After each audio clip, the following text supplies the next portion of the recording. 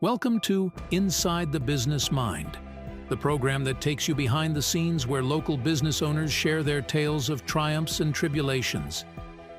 Meet your hosts, J.C. Rathwell and Kimberly Keller, who have a passion for uncovering the untold stories of success.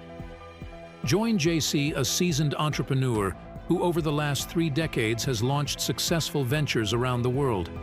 Co-hosting is the dynamic Kimberly, who brings her own wealth of experience. Each episode features candid conversations with small business owners, exploring the highs and lows and offering listeners a backstage pass to the secrets of their success. Get ready as we take you inside the business mind. Welcome back to Inside the Business Mind. I'm your host, J.C. Rathwell. And I'm your co-host, Kimberly Keller. Hi, Kimberly. How are you doing today? Hi, doing good, thanks. Awesome. So who do we have on the show today? Well, JC, our next guest is a CEO and driving force behind Business Finders Canada, with 14 plus years of expertise as a certified business broker and licensed commercial realtor. He is deeply invested in the community and a proud sponsor of the Season of Giving calendar, raising over $450,000 in the last 3 years. He is also a founding member of the entrepreneurial organization in Kelowna. Please welcome Steve Harvey. Hi, Steve. Hello. Welcome. It's been 14 years since you started Home Business Finders? Yeah, it's time goes by quick, right? They say the older you get, the faster it goes. But yeah, late 2009, early 2010, and yeah, it's 2024. Wow. Yeah. Well, before we get into Business Finders, what did you do before that? Yeah, so I've always been a serial entrepreneur, right from just a young tyke, selling newspapers, lemonade stands, all that stuff. I actually went to school to be a commercial pilot. Oh. So I graduated from Mount Royal College back in the day in Calgary in the early 90s. And at that time, the airline industry was not in the greatest shape. Canada 3000 had just went out of business. Air Canada was laying off people. I happened to be flying for a small company for skydivers.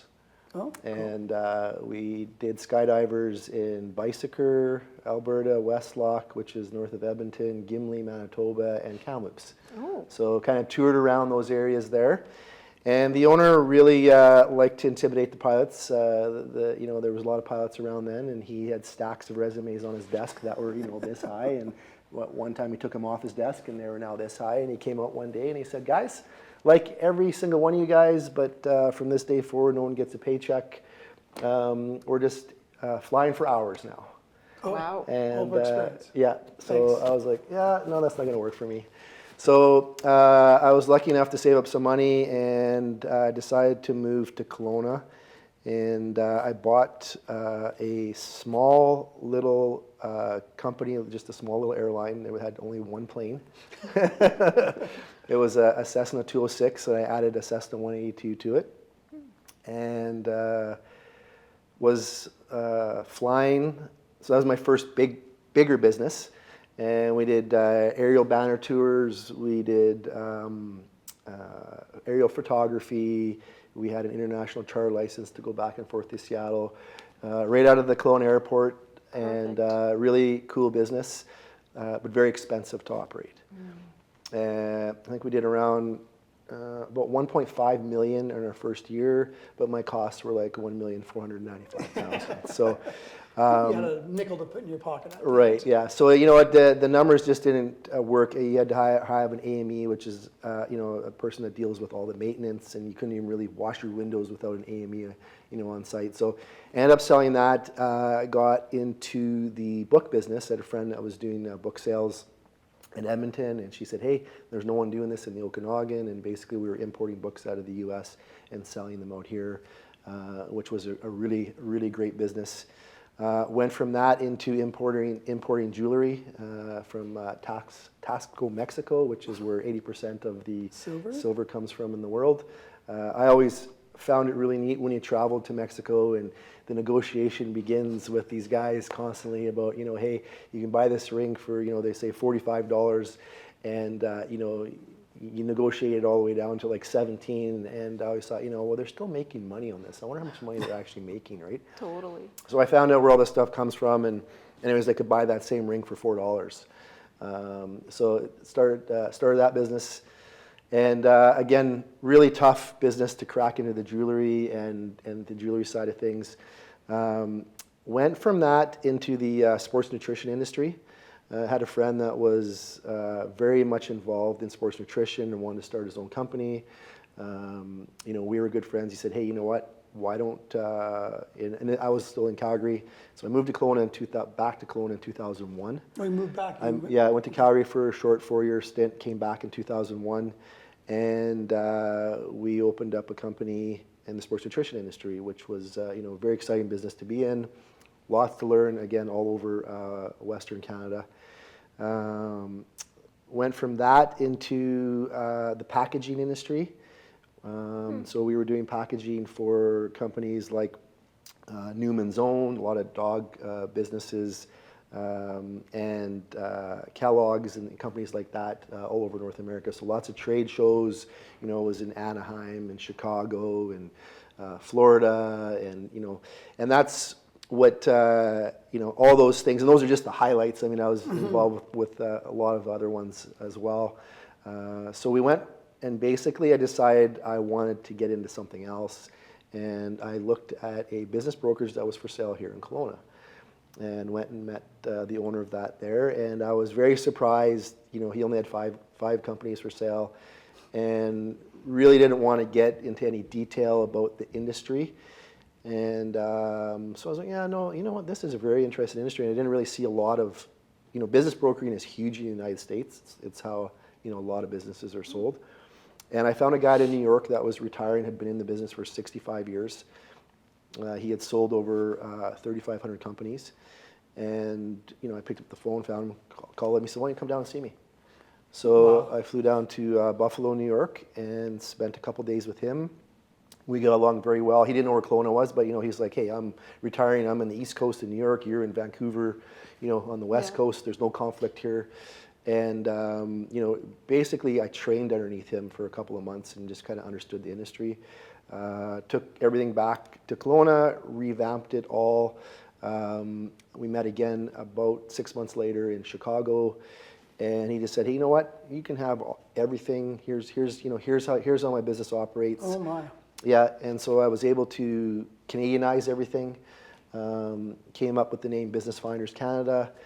And it was just a one-man show operating out of my basement in late 2009. And yeah, so that's how the business was born. Well, let's go back before Business Finders. These other businesses, did you end up selling them? Did you close them? Did you have partners? Yeah. How did that transition go from so airline business to the airline business we ended up selling. just parting out different Yep. airplanes, or the whole business? Yeah, we ended up selling the business and the airplane. Somebody moved it to the States, actually. And we sold one aircraft and they took one aircraft. I mean, planes back in the early 90s were not, how expensive they are now, I mean, that whole business I got into for less than $100,000. Wow. Now, a Cessna, 182 is worth much more than just, that one plane. The book business ended up transferring it to somebody else because I had to move to Calgary. While in Calgary, I forgot, I had a franchise as well. I was involved in franchising an auto security company. And that's what actually led me back to Calgary. I took the franchise for the Calgary area, and ended up selling that, and that's what brought me back to Kelowna was the sports nutrition. That was a partnership that went sideways, and I always tell people, my saying in business is, live like brothers, but do business like strangers. Good, that's good advice. Yeah, and the packaging business.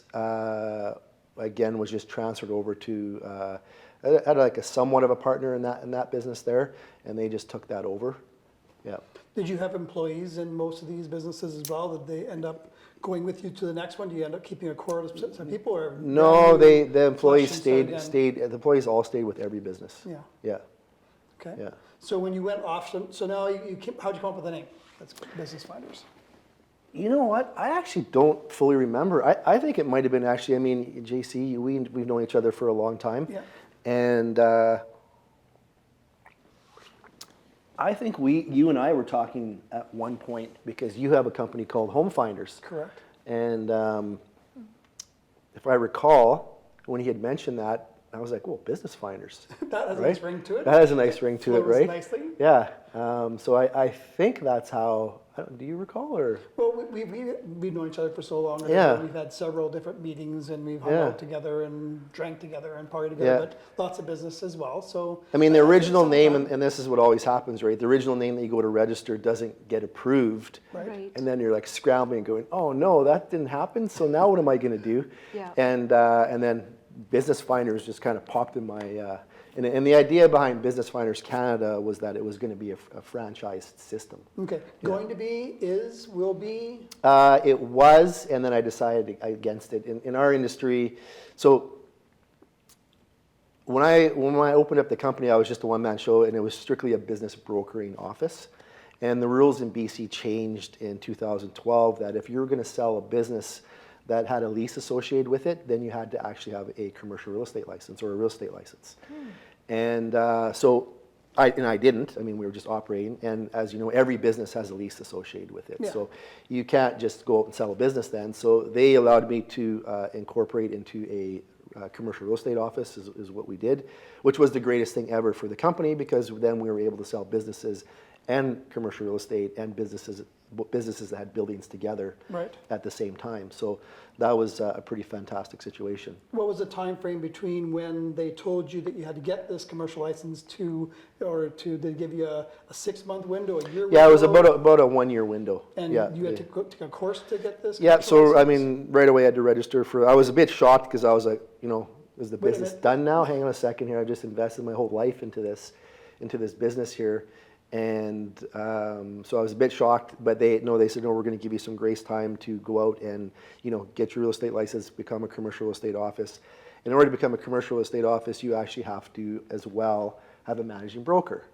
And you can't get your managing brokering license until after you've been in the industry for 2 years. So I couldn't be the managing broker.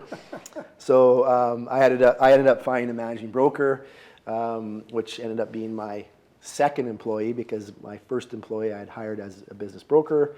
And then, so we ended up finding a managing broker.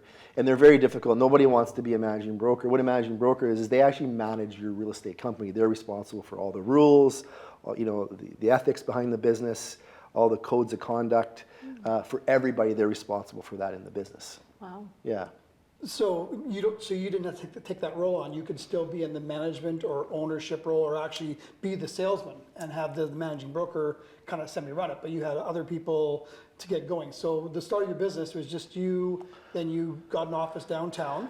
Yep. So actually, first I went from my home office to a sublease with a lawyer in Landmark to downtown Kelowna. On Leon Avenue, and then we moved from 2013 in 2018 to a much larger office in the same place, and we just recently moved, just Easter weekend, to a brand new office in the district. Right. And where's the district? Is that first level floor, second floor? Yeah, so the How big district is that? really the only downtown mall in Kelowna. It's right on Bernard Avenue. It used to be known as the Town Center Mall. And the Fishers bought that building and turned it into the district, fully renovated it, I believe, in 2018. And so it's got retail on the bottom and then office space on the second floor, and that's where we're located now. And were you involved in that business dealing to sell that? I was not. I wish I was, though. Yeah. It'd be a good one. Yeah. So what type of square footage do you have now compared to what you started with, one of the original things? How are you growing? What's your employee count? What? Yeah, so we went from, again, my basement office to the Landmark, which we had 2 offices in there, over to Leon, which we had about 12 people working out of that office there, to the newer office, which was kitty corner to where we were on Leon. And there we had about 14, 15 people working from that space there. We were operating out of about 5,000 square feet there. So we went from 1,200 to 2,500 to 5,000. and COVID happened, and a lot of people don't need to come into offices anymore. Right. And so we have about the same amount of people, but less people frequently come into the office. So now we're operating out of about 2,400 square feet. We have 9 offices in our space now. We have basically 3 full-time admin people, a managing broker, and then about 10 or 11 full-time commercial real estate agents which specialize in business brokering. And that's all from 2014 you opened up, or 2000? No, so 2012, so we officially became a commercial real estate office in 2013. Right. Yeah. Okay, and so now going back in the past when you just got your commercial broker license and to where you are now, 10 years, 14 years later, are you at a good position now? Is this where you thought you'd be? Do you think it'd be having 14 employees and 2,500 square feet and selling $1 million? Yeah. Is that where you wanted to go? Are you reaching your goals, what you have set for your? No, I mean, business is so dynamic, right? So it changes. So the plan was to actually franchise across Canada, franchise into the US, franchise, really across the world. And so we opened up our first franchise in 2018 in Edmonton, a second one in Vancouver. And the challenge with it was that it was finding managing brokers. So we had the Edmonton office went through about 3 managing brokers in 3 years. We could operate the managing broker office in Vancouver from our Kelowna office. Because it's provincial. One guy can do both locations. We had interest from across the country, but before they could open up an office, they would have to find a managing broker. And it was very, very challenging to find managing brokers. So I decided in 2022 to pull back, 2022 to pull back those franchises. And so I pulled Edmonton back, and then I pulled Vancouver back. And so now we operate just out of Kelowna, is really just our head office now. But we sell all over BC and into Alberta. I have an agent that has her Alberta license as well. That's so she's dual licensed. And so she is very happy to do deals, and she was actually from our Edmonton office. Right. Okay. That transferred over. Yeah. So if someone had a business for sale in Winnipeg, could you sell it there, or do you need a mortgage broker in the house? No, BC rules allows us to sell businesses anywhere. Actually, we actually sold a business in Belize once. Oh wow. Yeah. Wow. Yeah. So. Nice. Well, Yeah. tell us about some of the businesses that you sold. You don't have to use Yeah. names, of course, but, Yeah. but most have been in Kelowna, though. But you got Vancouver and Edmonton, Yeah. Belize. Where else have you Yeah. sold businesses? What type of businesses have you sold? I mean, you name it, everything in between. I mean, we sold. I remember selling a really small vending company, for $35,000, all the way up to manufacturing and construction, up into the tens of millions. So I have a team of 3 that really specialize in $15 million and above. 15 million, Wow. which is they call that M&A, mergers and acquisitions, and then the rest deal with anything really from 100 to 3 million is really where a lot of businesses are. Yeah. I think there's only about 15% of businesses in total that do over $1 million in revenue, anyways. That's an interesting number. Yeah, yeah. So And that the Canada-wise, majority, is that in yeah, Canada or? yeah. Yeah. So the majority of businesses, revenue-wise, do under $1 million, regardless. Yeah. So what was the biggest real estate transaction that you were involved in? What was do you have a number? I know you can't name a business, but tell us about that. So I mean, number-wise, to this date, the largest deal we have done has been about $60 million. We have a couple right now that we're working on in the 100+ Wow. range right now, which is those very, very exciting. Somewhere in BC? Yeah, I mean, that's typically located, or one of them's in franchise? Alberta, the other 2 are in BC, but they typically have multiple locations and staff, hundreds of staff members. So it's And- very exciting to be in. Did you think you'd be selling $100 million businesses in your? I always thought I could, and I'm pretty happy that we do. I mean, it's actually remarkable. A $100,000 business can be a lot more work than a $10 million business, just because of the education of everybody involved and understanding of how business flows And typically the larger businesses already have accountants and lawyers and business advisors. And a that financial understand that's the checked process. out and has been audited, and you know these numbers are correct. Correct, I yeah. know I listed my limousine business with you at every Yeah. one of the first businesses you sold. And we had to go through the financials and whatever, and we're both, like, I'm an entrepreneur. Yeah. I have 2 or 3 businesses mixed up in one corporation, be able to pull the numbers out and get you numbers that Right. matched was one of the biggest problems that I ran into trying to sell my business, was coming up with the financials that you could take to another person and either certify or verify. You would vouch for them, of course. That's right, but yeah. that's one of the problems I'm sure that you've run Yeah. into quite a bit. Yeah, it depends on the size of the business again, but lots of even, there's bad advice out there for everybody, right? We see people that have their businesses and their buildings under one corp, which becomes very difficult then to separate them, because now you've got to pay a lot of tax in order to separate those two from apart, especially as a business owner. If you want to keep your building and sell your business, Right. There's some serious tax implications involved with that. So, yeah. Yeah, so let's just talk about your trials and tribulations on the challenges you've run into. We talked a little bit about the franchising and then the commercial real estate thing. Any Yeah. other challenges that you just didn't expect that you kind of caught you off guard, and how you had to adapt to make any changes? Oh yeah, cash flow is always an issue. I think for most businesses, whether it's cash flow prediction, timing of cash flow, growth and expansion. Those are all things that are involved in a business that's moving and shaking, that's out there.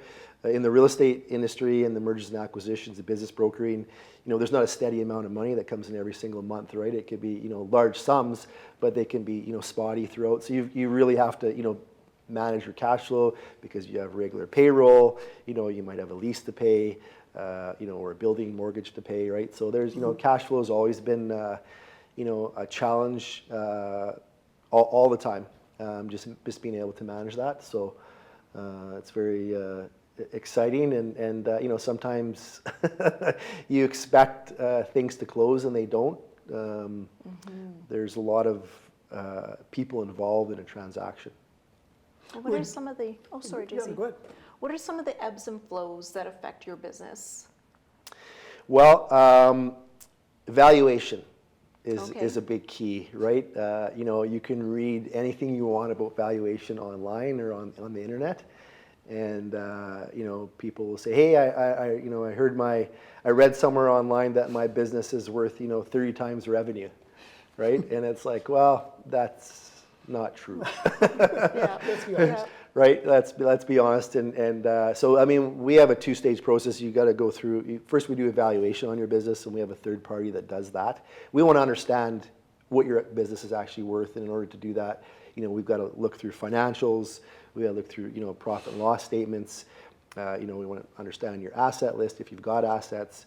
We want to understand your lease, which can be very important. Whether there's a renewal or not. If you're a franchise, we need to understand your franchise documents and transfer fees. So all those things help us really understand the business. So that's one of the main reasons why we do evaluation, is to understand the business, in its best light. And secondly, it shows how serious the seller is in wanting to sell that business by being able to provide all that documentation. Sorry, what was the question again? Just the ebbs and flows that affect your business. Oh, for yeah. example, like COVID. Like, did you see a huge people trying to get rid of their businesses, or like what are some of the? Yeah, most of the ebbs and flows in our business. Right now we're in the thick of it because of the baby boomer generation, right? So I think it's around 65% of businesses are owned by baby boomers, and those people are retiring at rapid rates. And what COVID is, it expedited that big time. So with the ebbs and flows with us is you've got a seller on one side, you got a purchaser on the other side, you've got lawyers on both sides, you've got accounting on both sides, then you have sometimes business advisors, and sometimes none of these people have ever been involved in a business transaction. Yeah. And so there's a lot of education on our part. Sometimes I tell the team, listen, you know what, we're in the business of education. We're educating people on the processes, how you have to sell a business, the valuation portion of it, All of those things there's no two deals the same. We've been lucky enough now to do just over 1,100 deals. I was gonna ask you And the there's number, there's no two deals that are the same, none. Wow. Yeah, and you know, people always say, oh, there's so much emotion involved in selling a home. Like, we don't do any residential sales, but you know, try to look at the emotion from someone that's owned a business for 30 or 35 years, and they've put their blood and their sweat and their tears into that business. There's a lot of emotion that can be tied to that business. Especially if you have to tell them it's not worth what you think it is. Right. I think that's been a big, Yeah. a big problem or a big issue that maybe one of the challenges you've had to face in running that. Yeah, it's always a conversation we have to have with the seller and we just and if we can't get on the same page, then it's really not a fit for us. You know, typically, like as I mentioned, valuation. There's not really a scientific method, and you can read. There's 100 different ways to value a business, but really, when it comes down to, that business needs to be financed. It has to be financeable, and the bank looks at, you know, terms like EBITDA, you know, earnings before interest, taxes, amortization. They look at cash flow, and so those are the type of things that you have to really value the business on. Almost every business, you know, 99% of businesses are getting financed, and so, you know, the lenders are involved. And so, you know, a lender's not going to finance a business that, you know, if it's, you know, valued at $1 million and somebody wants $2 million, well, you know, you're never going to close that gap. Right. Yeah. So last question. So you're an entrepreneur, a serial entrepreneur. You've done lots of businesses. Anybody that's watching this right now or listening to this, what would be your advice for that up-and-coming entrepreneur that's thinking about opening that business and wants to take a shot? What would be your advice to them? Buy a business.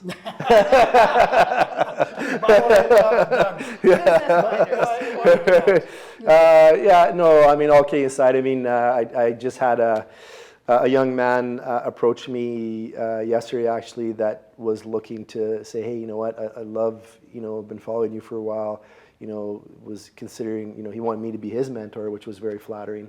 And, you know, hey, how do I start a business, or how do I buy a business? How do I get, you know, involved in the business community? And so I helped him out and told him he could reach out at any time. And, you know, obviously AI is a big factor in today's world and where that's going. But I mean, I've seen it all. And I mean, it's much easier to buy a business that already has cash flow, that has employees, that has a location, right? So, you know, when people say, you know, start a business, sure, but buy a business. That makes sense. Yeah, absolutely. Well, that's about all the time we have for today. I'd like to thank you, Steve, for coming on. It's been great to get to know a little bit about you and your businesses that you have. Well, thank you, Kimberly. Very, very nice to have met you. And JC, thanks for having me on the show. Pleasure. Appreciate everyone's time today. Yeah, that's great. Thanks for joining us and getting another glimpse inside the business mind.